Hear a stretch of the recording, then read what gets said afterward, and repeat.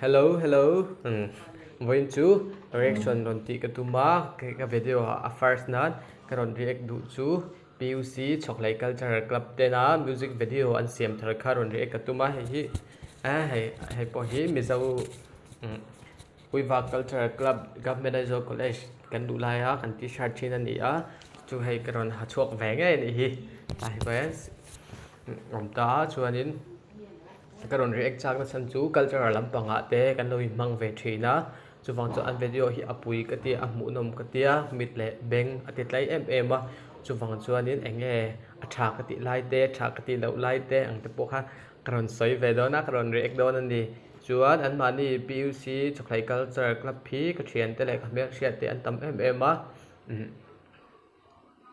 chuwang chuanin react te po hi ka chak le zol phani tuna an video te kan lo thirang ram pakhat ro pui taka oma chu ram chu mitam takin kan hriat ngai lo lam lian le lama om ani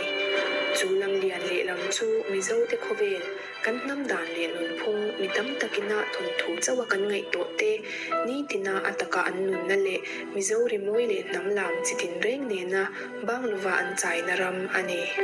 chu ram ro pui taka an lal ber chuan fanu mel thatak mai aneya nima sela chu lal fanu chuan ami te moi na le dang lam bik na chu lam lian le lama ubbe renga tan chuan a ui em china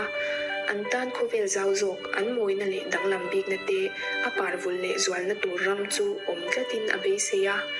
adin hun sang tak le apa ang chung thamon na te chu thak lel om viau ma sela an moi na le ro pui na te chu holan lo chia angai theingang lova ti chuan lam lian le lam chu chua sana khovel zau zok lam pan chu atum ta a ti lai thleng kha en photila tuna pokhan I lam sang kha khat mu chau nga la nge music video hi story nei deuh hleka an ti an tum ani ve the hei chu bi a story base a lam sang mizo lam sang kha an honda chaudon ni na langa nge a story an ti thiam ka ti engtin nge hemi ngai tua chhuat na chang an shet ka ti PUC Choklai Cultural Club te hi an pui ka ti hei nge pu pola na sai vel chau vel chung chang te khan non ti langa mizo lam me ba ka mizo thon thu lui te an hon phau chuak tha ka ti mu nom chaudon khop mai an en le ang vel zau zok lam pana akal mek lai chuan ko chua veng tu pole chuan tunge ani shelovin lo sai mai atuma nima sela lal fanu chuan ani na shereng chungin pole chu ama danglo tur chuan thu a han pe a pole chuan lal fanu chu kal lo tur le apan angai thiam hau lo tur thu shilin thei to pin han zel tum ma se lal fanu chuan ngai thalovin atum ram lam chu apan ta zela chu vele pole chuan a orol topin chu rama chuan rang ber ai hnia ra chu a kovata a orol rin emawang chuan ram hnoi te chu a khok ruma ai hnia ra lo then vela chuan lal fun chan chin chu rang taka lal hne na thleng wat turin a tir ta a lalin chu thu lo hriat chuan rang takin a khon bol te le aram peng sang op tu te a ko khoma lal fanu chu ko le tur nge ni a adu thanda anga kaltir mai tur ti rel chuan anin hial papa nima sela lal chuan chutia a fanu ti khan lal fanu chu a chuak ta ni chu an ram atang khan khami kha an ko le not vel video manga ron mizo lam te ron phau chua na kha an nei don ni ina langa chuanin age an zei ka te alang chin to po heng ka en chin to po hianin an nula te pon mel tha a an tlangwal te po an mel tha chau ka ringa nge tuna hian upahau kha an thu khom ta hei enge mizo man lai nun a kan lo mu hei film vela kan lo mu thin ai pon mu dom ka ti chan chu anin thuam na te hei han en meng pon mizo dik tak in thuam na hei lal le khon bol upa ti in thuam na te hei nam sang in sin na te kan non phol long fek meya hi a thira ti duam le zuala hei a mu nom ati mu nom tu le zuala ne ka sia a pui khop nei arila ra nge ama chawa anram achwa san chu angai angam tangang lova ti chuan alal rama mithil ti theile chak apiang doi thiam te lasi te pasal tha te le milang sar apiang chu ko khoma rang taka lal fanu shwai le tur chuan ai hnia ra chu an tir chuak ta a paus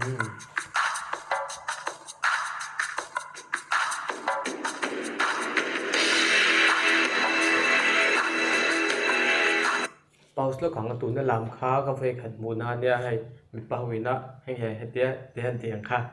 kalat ka thiam mi lawa anal ka ti ka thiam ve cha khop mai hei hei hi eng lam nge ka hre chia lo mai ka voi khat mu na nia hei lam sang sang kan la mu ngai lo te mi zawina kan la mu ngai lo te miang hei mi zaw lam ni thau si ma se hei kan hria tlang lon lo te miang khati ang te po kha non pho chuak tha don khop mi na lang hei mu nam don ne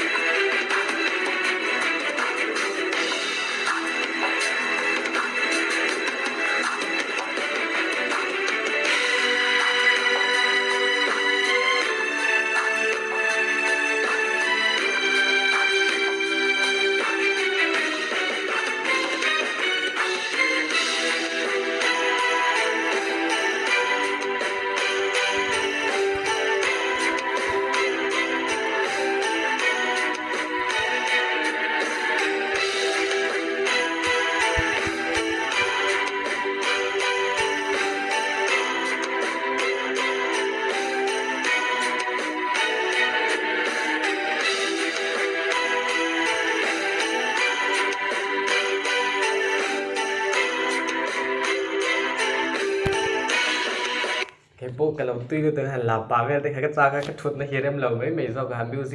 music khan là cái thì music hay music cái chiếm này hay music cái nó nền nó thấy có hay in mệt level hắn in po hiền mà sẽ cái soi về chú anh bị bà thì nấu mà thì hay anh ngấu mà thì anh in nội hàng đạo hành rang đạo rổ sẽ là hay bài thì hậu cái nghe in nấu mà thì in nấu thì hay in vun về cả bà lâu mà cái thì hành po đều say vừa là chứ nghe ang muốn lệ rồi từ ra đi hay in phải veng nó tụi cái nghe mà lại mình giàu cái chân bài đầu thấp thì cả in rem đầu này chúng họ chú té chú hay anh in mấy chiếc thế nên in nấu đàn in ăn đấy đấy mày nghe tiếng nghe mình chơi đi thế rồi thì hoàn team đâu nghe in lặng eng lất mấy tụi anh cái anh xuân dâu liang xuân cái anh tôi xin học khăn làm chỉ thúng chỉ lý đón khăn hoàn chọc chọc thầy tôi kami làm ăn rem form đàn về cháu podcast story nên cái này mẹ cháu có mấy mỗi năm có mấy in thiếm cần thể lệ nghe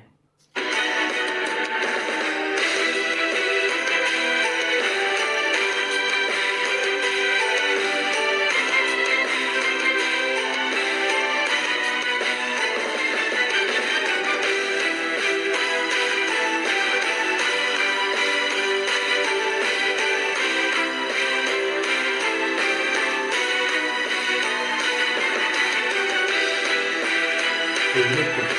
hay cái này làm nữa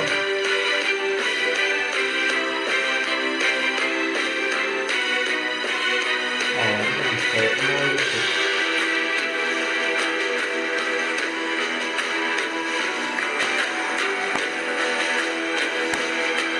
cái làm chuyện đấy là chúng tôi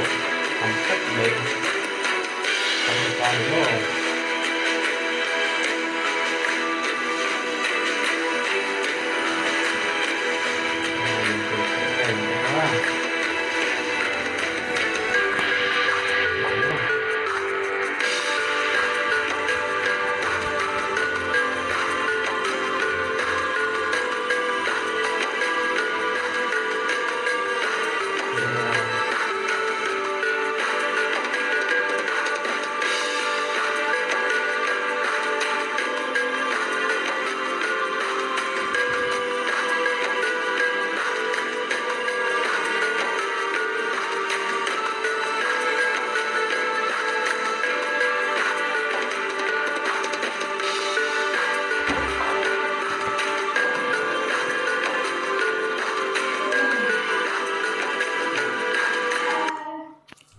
le afu la kan react chuan video kha sei don tu ka chu fang chuanin